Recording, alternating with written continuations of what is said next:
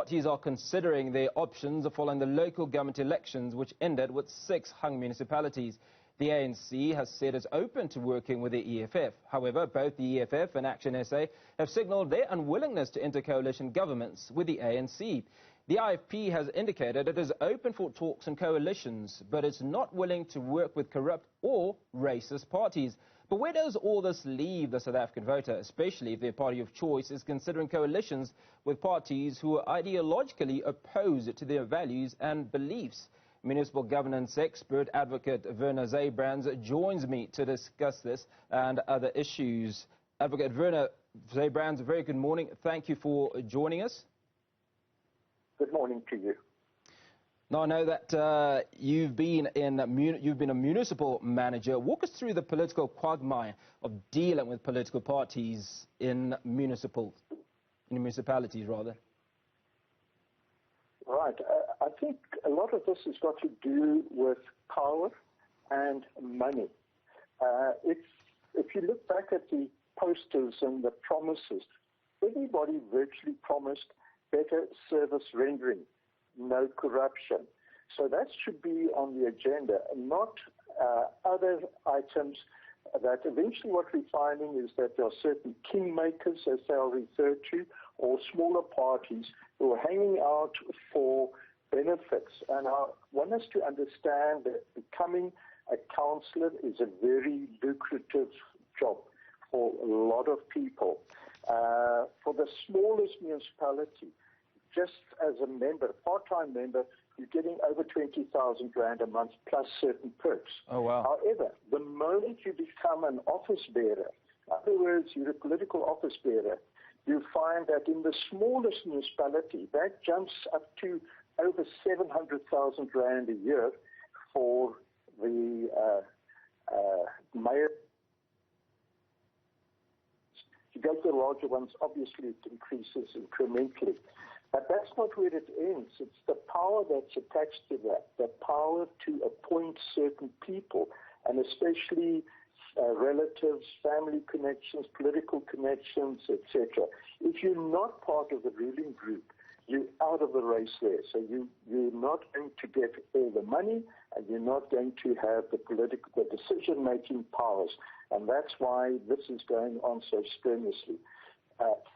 Theoretically, what we should have had is actually an executive committee as provided for in the Constitution.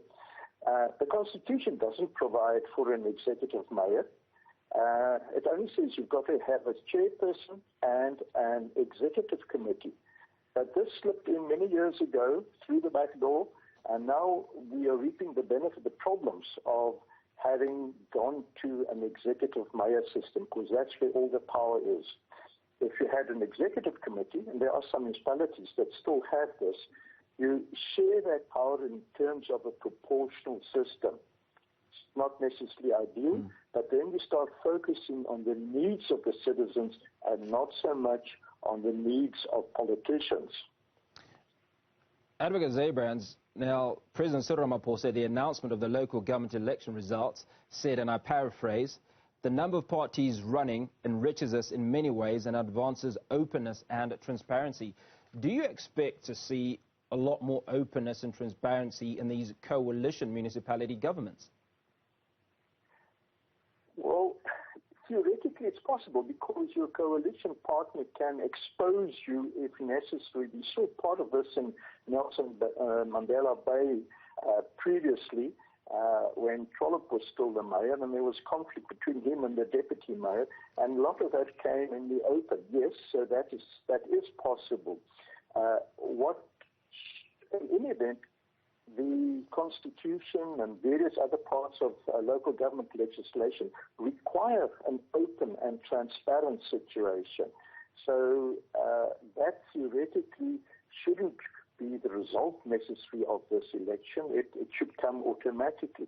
But yes, but what is not going to be revealed is how the so-called horse trading is being done. And then you find in certain cases that the kingmaker will jump from one grouping to the other, and then you get an unstable governance setup, which is what you don't want in local government.